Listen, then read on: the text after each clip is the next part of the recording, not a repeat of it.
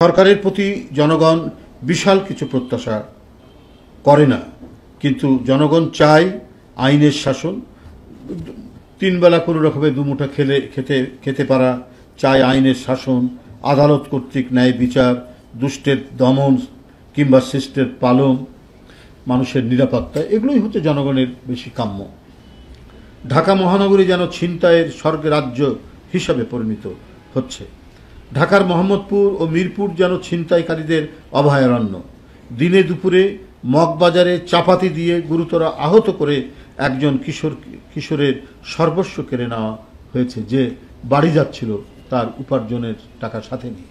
সে এখন হাসপাতালে কিসের আনন্দ উপভোগ করছে, এটাই তো প্রশ্ন। আশপাশের মহাসড়কগুলোতে চাঞ্চল্যকর ডাকাতির সংবাদ পাওয়া যাচ্ছে। এদিকে মব ভায়োলেন্সের মাত্রা কোনোভাবেই কমছে না। সংবাদপত্রের তথ্য অনুযায়ী ফ্যাসিবাদের শেষ বছরের তুলনায় অপরাধ বেড়েছে 6.16%। এই ঈদেও মানুষের মন থেকে চুরি ডাকাতির আতঙ্ক দূর হচ্ছে না। মানুষকে নিরাপদ ও শঙ্কামুক্ত করতে সরকারের ব্যাপক ভিত্তিক উদ্যোগ নেই।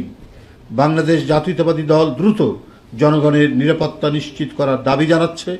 বাংলাদেশের গণতন্ত্রের জন্য একটি নিরাপদ ও শান্তিপূর্ণ স্থান গড়ে তুলতে হলে আইন শৃঙ্খলা পরিস্থিতির উন্নতি অতীব জরুরি এবং এই কারণেই নির্বাচিত সরকারের খুবই প্রয়োজন।